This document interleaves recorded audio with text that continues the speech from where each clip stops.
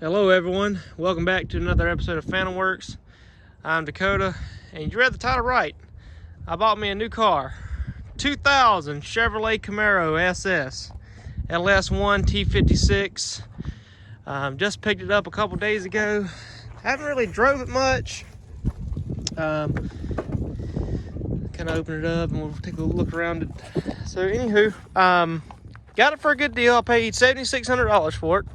It's got 130,000 miles. You can see it's got some Borla exhaust on it, catback exhaust system. These Bridgestone tires are a little old. It is a convertible. It's got the SLP intake on it. I really don't know a whole lot about it. The only thing, cosmetically, this quarter panel here and this kind of front clip is a little corroded. I was just, paint's kind of faded in. It's got little rock chips here. I'll have to get that fixed. She was asking $9,500 for it at first, and she dropped down to $7,900, and we were able to meet in the middle. It was a convertible. Smells like it's been smoked in. It smells like my old grandpa's cars. That's the only thing. But it's got leather interior, original floor mats in it, power windows, power locks, security system. Dash is not cracked. Don't see many fourth gens like that. Back seat, got a stereo system and all. Also got a box of parts that I have never looked at.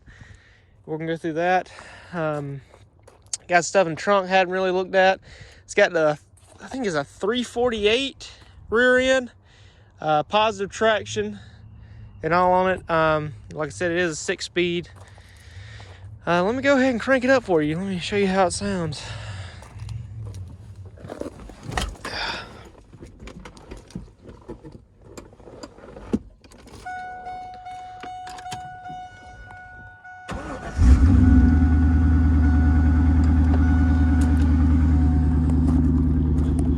Crank right up. It's not really loud. It just got a deep tone to it. Sounds good. Convertible top is new. It's been well maintained. Has the normal LS tick to it. The only thing I can think is wrong is, like I said, the paint. There's a tiny gap right here between the weather strip and the window. And I'm gonna have to take a look at that and see why it is like that, because it's kind of odd. But I don't know much about, lining body work or anything like that. So it's got a small dent and scratch here. Just listen to that. Sounds great. But yeah, like I said, let me pop the hood on it.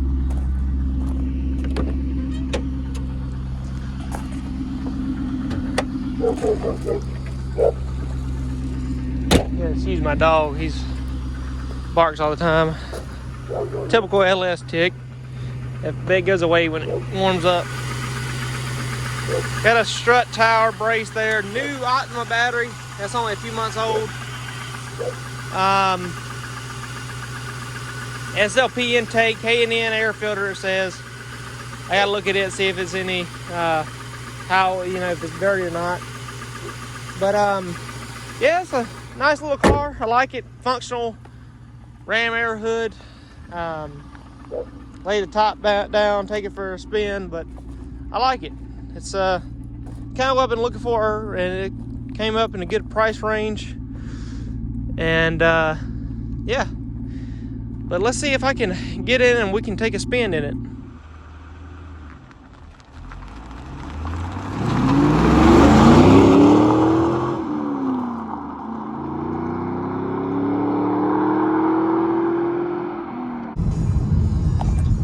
Turn this music down. Let's see.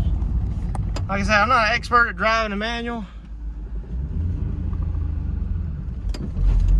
I can kind of get it going. Coming out of first is the hardest thing for me, really.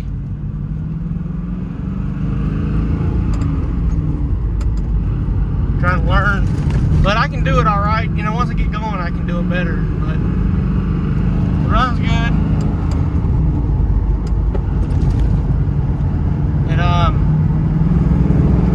It's got power.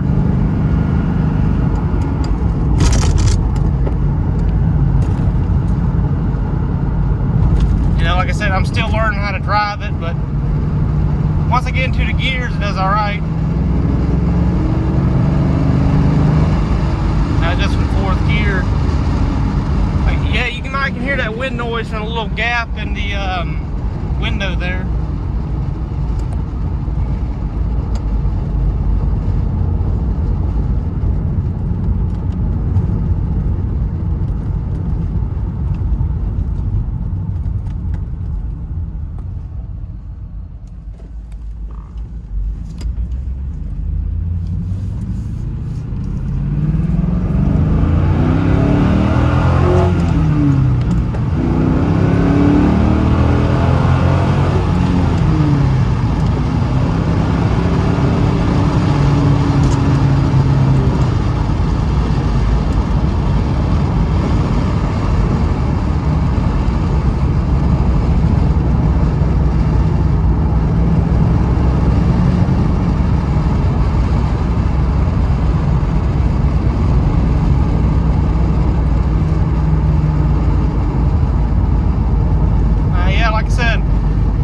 Get it inspected here in North Carolina. You got to get inspections on it, just a safety inspection, but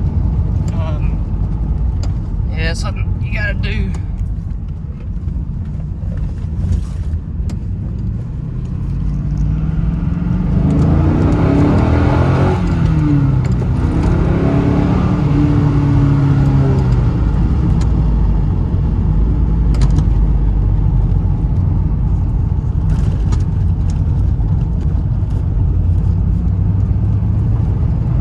I like it.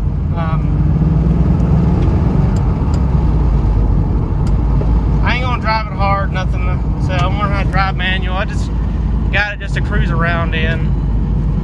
It's a little cruiser car.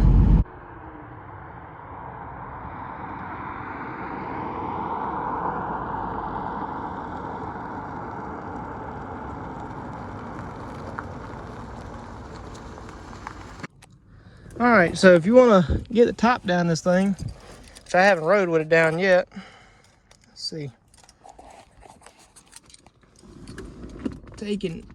Gotta put the key in. Well, if you put the right one in, it'll probably turn on. Let's see. You don't crank it out, you just turn the ignition on. Take these little things and let's see if that was right. You can push this up and push that up, and then you just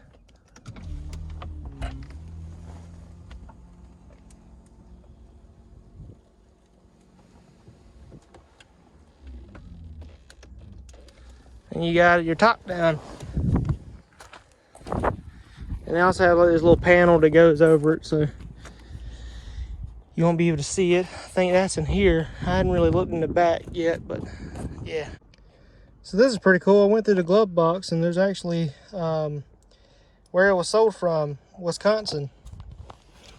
And then it's got the original owner's manual and all, how to install the sunshade or whatever and all that. Had to look through that. Let's see what's else in here.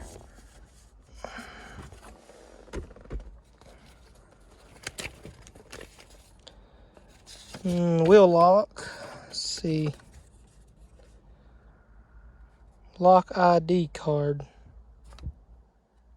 All right. And then we got our wheel lock tool. That's what I was concerned about, making sure it was in there, but good thing that it is. Let's shut that back up. And then here's an iPhone charger and pen and some insurance cards. Tags for the bolts.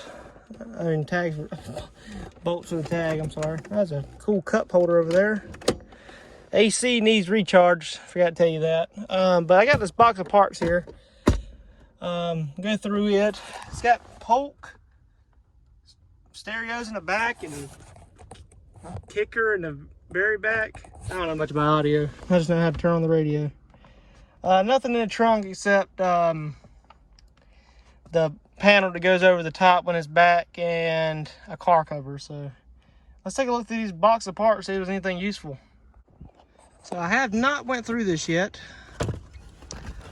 There's Brembo something. She said it was brake calipers, but they feel really light. Yeah, those are covers. Brembo brake covers. What is this? Leather and vinyl repair. EGR delete kit. Okay. Skip shift eliminator. Okay. Don't know what that is. What is this?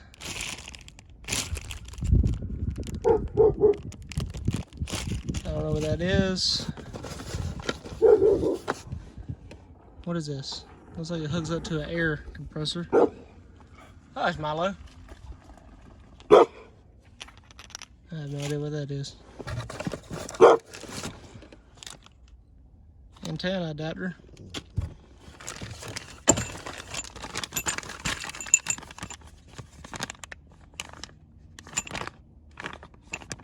Don't know what that is either.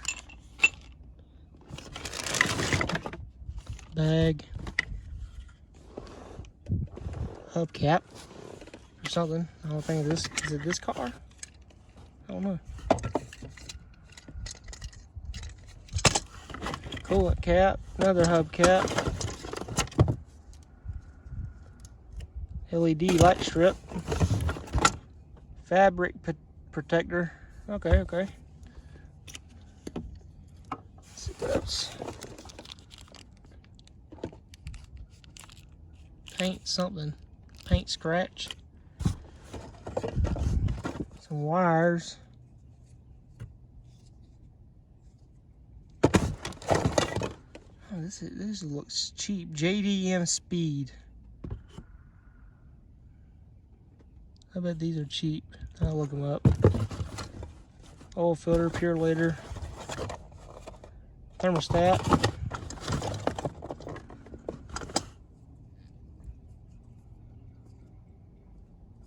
Don't know what that is.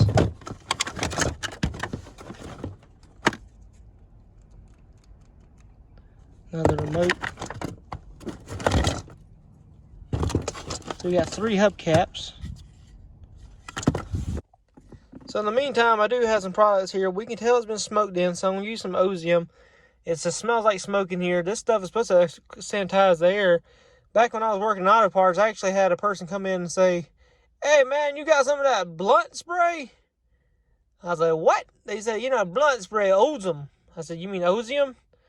"Yeah, that is." And so that, if it can cover up blunt smell, you can know it can cover up cigarette smell. Got some black ice, original, some regular protectant armor all, and an applicator pad, and then got some tire caps because we're missing some, and this is stuff I like to use like a fuel injector cleaner. So I gotta wait until it's empty and put it in there. But yeah, sprayed some of his Ozium, cleaned it up, the dash and everything, and put them tire caps on. So me and my wife cleaned up the console, or the dash, the console, glove compartment, everything, steering wheel and all. Looks a whole lot better, cleaner. Excuse my barking dog, he's kind of crazy. Let's see. Put the new valve stem caps on. Cleaned it up good. Smells good with the Ozium, so I mean, that's about it.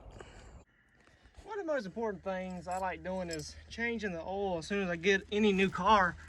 That's actually kind of cool. There's where the air comes down. But I got it jacked up here. And take a look at everything. So your steering components and stuff. Like I said, this, you see that tie rod looks a little wore out. That one over there is fine. Take a look at the ball joints.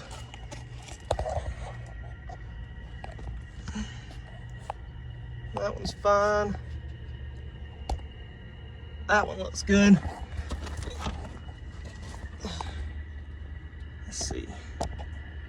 That one looks good. So I can get up on here in this one. Damn, what you guys see, I can't see. Look at some shocks. Looks like, let's see, make sure we ain't got no oil drippage. Looks like we got something leaking. Power steering, possibly. Yeah, got a little power steering leak right here on the line. Probably just the line's corroded. New radiator hose. See a little bit of rust on here, just some surface rust, but I'll go ahead and pop that oil drain plug off and drain all that oil, because like I said, you never know what kind of oil somebody put in this thing. Could be the wrong type. And also, it looks like it's dripping from the oil drain plug, possibly, so might replace that after I take it out. You gotta see. Oil looks good, looks well used. Looks like it was definitely time for an oil change. But Jesus Christ. Let it all drain out, and we'll take the filter off, but Jesus Christ, that oil is hot. Look at it getting out of my fingers. That thing is boiling hot. I see a lot of indications this car is sat for a little bit of time. You see the rust on the belt. Probably just need to blow the cobwebs out of this thing.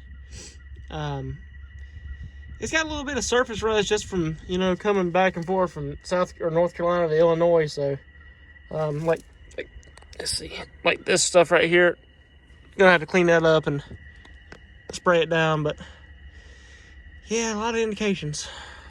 You might have to excuse the wind noise. It's been a couple of days since I did anything, but it decided to be really windy today. I got to shoot the last little bit of this video, but anywho, took the oil plug out, and the gasket on was smashed. Not sure if it's supposed to be like that, but there was some sludge built up on the plug itself, like, you know, like it wasn't changed very often.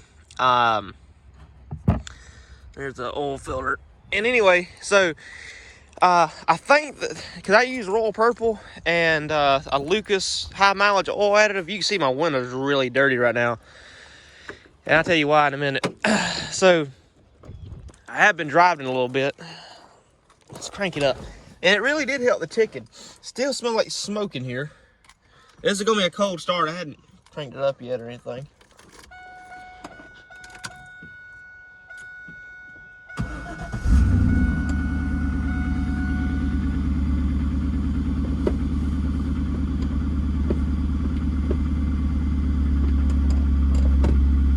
That's weird, my clutch pedal got stuck for a second.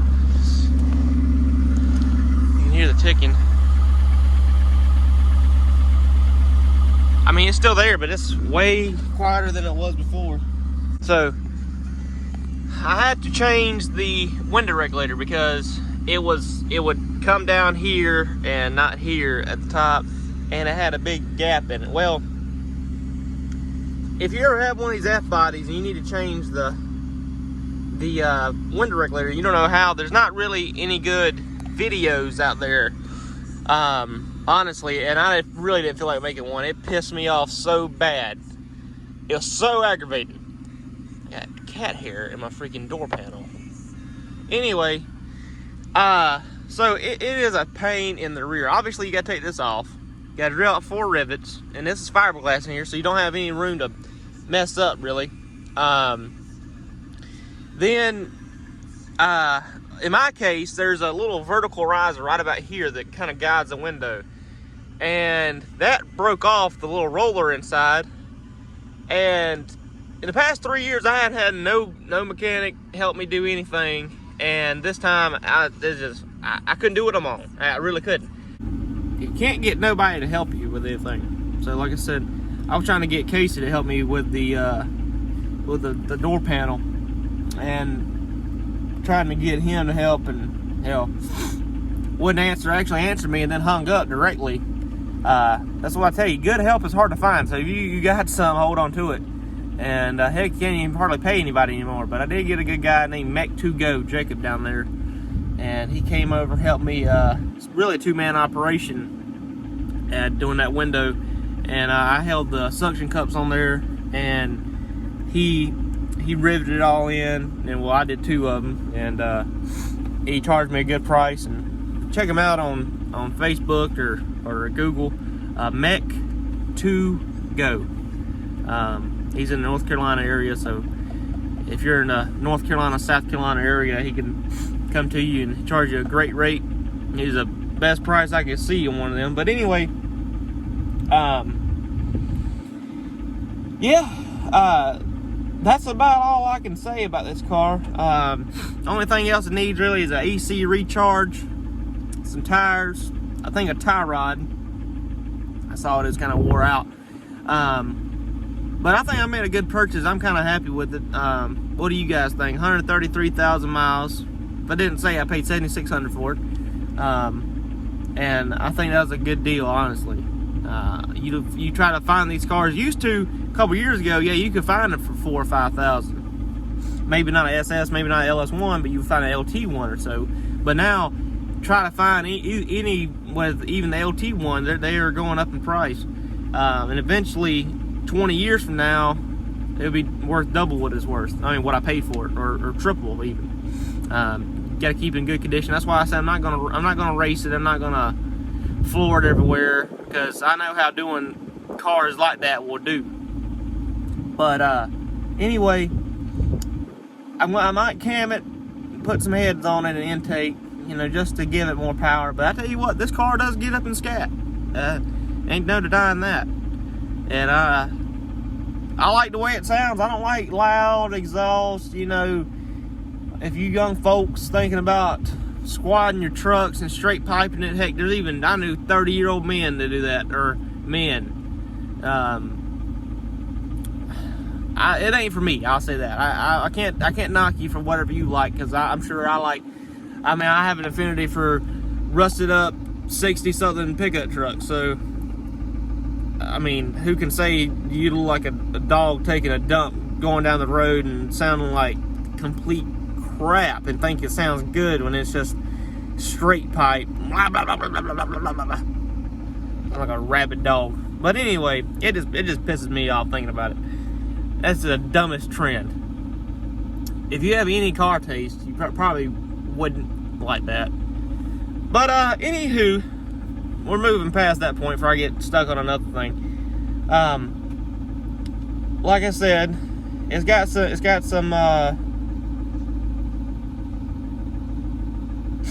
cut to the stereo part.